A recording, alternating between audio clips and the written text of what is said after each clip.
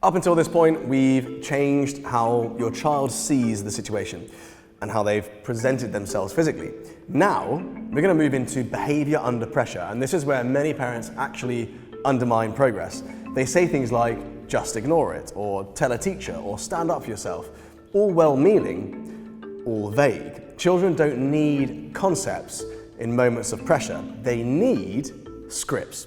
Preparation means giving your child a toolbox, and that is what step 3 is. Step 3 of the not-a-victim system is preparation. Not one response, not a long speech, but a small set of short, non-emotional, non-aggressive responses that they can access under stress. So here's the rule. The shorter the response, the stronger it is. When children explain or justify or argue, the bully stays engaged. Engagement is fuel. So, we prepare responses that do 3 things. They signal confidence, they don't escalate the situation, and they allow a clean exit. Some examples: stop, not interested, leave me alone, go away. That's it. No insults, no sarcasm, no threats. Your child's tone matters more than the actual words. There are no secret words here. It's about tone, it's about delivery, and how small they are. You want your child to be calm, to be steady, to say that one word once, and then move on. Say it once, look at them, and walk away. And this is where many parents actually struggle, because they worry, isn't that too passive?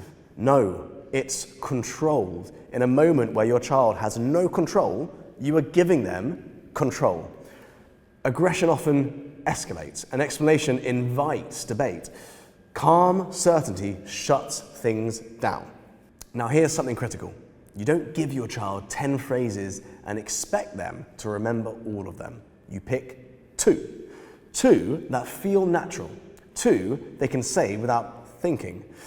And then you train them. And this is where a lot of people slip up. They think about the word, but they don't train them.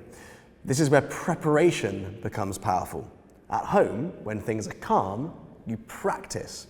You say, I'm going to say something mean, and you respond with your phrase. Then you switch, and you say it again and again and again, not dramatically, not emotionally, almost so repetitive it's boring. Because I want you to think about it this way. If you make this boring, eventually boring, it actually becomes more safe for your child. Because safety is what allows learning. Now let's talk about something parents often overlook: facial expression. Bullies read faces very closely. A smile can actually look weak, but a scowl can escalate. We train neutral, relaxed jaw, soft eyes, no performance, just neutral. Neutral says, this doesn't matter enough to me. This can't affect me. And this is really important because preparation without practice doesn't actually work. You can spend all your time doing all the preparation, but unless you practice, you'll waste your time. That brings us to step 4 of the not-a-victim system, which is practice. Practice is where confidence is built. It's not built in conversation, it's built in repetition. This is where role play becomes essential. I want to reframe role play for you because I feel like a lot of parents resist it. They think this just feels awkward, or my child won't take it seriously, or I don't want to upset them or bring things up. But here's the truth. Role play is one of the safest ways for a child to process bullying. I'm going to approach this at a completely different angle for you, and it's going to change the way that you look at role-playing forever. Role-playing gives them control. Now here's how you do it properly. First, you become the bully.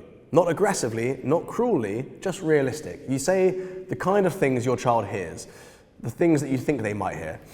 Then your child responds with their prepared phrase, the one that you've practiced, the one that you've prepared earlier. And they say it once, stop, that's not cool, whatever. Then they walk away, and that's it. You don't correct midway. Never interrupt them when they're in the middle of it. And don't overcoach. You just repeat it and refine it. This is really important because I want you to switch roles. I want your child to become the bully, and I want you to become the target of the bullying. This is going to do 2 things. The first is it shows you exactly what your child is experiencing, often without them needing to explain it. Put it this way, often your child won't tell you what they've gone through when it comes to bullying. They will struggle to verbalize it, they'll struggle to explain it, and often they'll feel shame or guilt or embarrassment with it. But when you're in the middle of a role-playing game and they've seen you take the turn of the bully and now you switch over, they will naturally show you examples of how they're going through bullying. And in this one role-playing game, you're going to learn more about their situation than any other way, than asking them a million questions.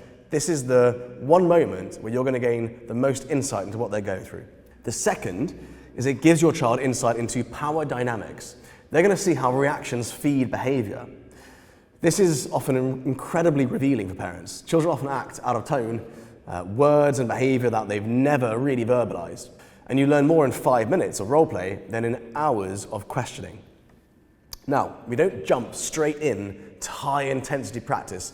We have to scale it, low intensity first, then medium, then realistic. Always stopping before overwhelm. You never want your child to be overwhelmed by this. That has the opposite effect. You're training competence, not fear. So I recommend 5 minutes every day of practicing that single response and doing the role play reversal game. Do that for 2 weeks, consistently. Not after an incident when emotions are really high, but as a routine, even before school or after school. Make it a routine. This will do something powerful to the nervous system of your child.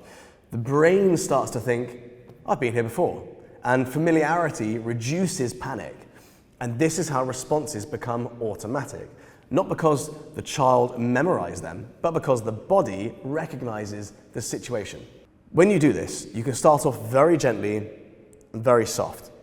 Very light name calling, very light tension.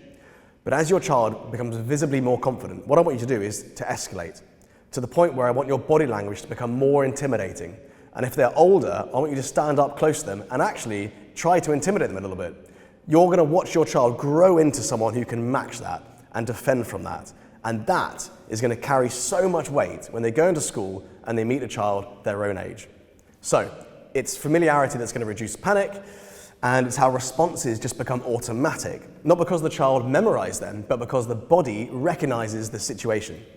So let me share something that surprises a lot of parents out there. If your child is currently being bullied, role play often becomes the place where they finally show you what's happening. Another really important piece of practice is the exit strategy. We don't want children standing there trading words back and forth. What we want is response, disengage, and movement. Walking away confidently is not weakness, it's power. Power is choosing where your energy goes, and this is where parents sometimes worry. What if they follow? That's why posture, eye contact, and tone matter so much. And if it does escalate, we move to the next steps, which we'll cover shortly. Before we move on, I want you to pause this video, and I want you to reflect. Have you been telling your child what to do without giving them the time to practice it? If yes, that is not a failure. It's just the next adjustment in your training plan to mentor your child through bullying. And now, if this section is already giving you clarity, giving you confidence that you can mentor your child through bullying, subscribe, because I'm going to be giving you even more value, even more content and ideas and strategies to help you and your child. In the next section, we're going to cover step 5, producing evidence, and step 6, persevering through community and environment. This is where protection meets long-term strength. Mums and dads, we are almost there.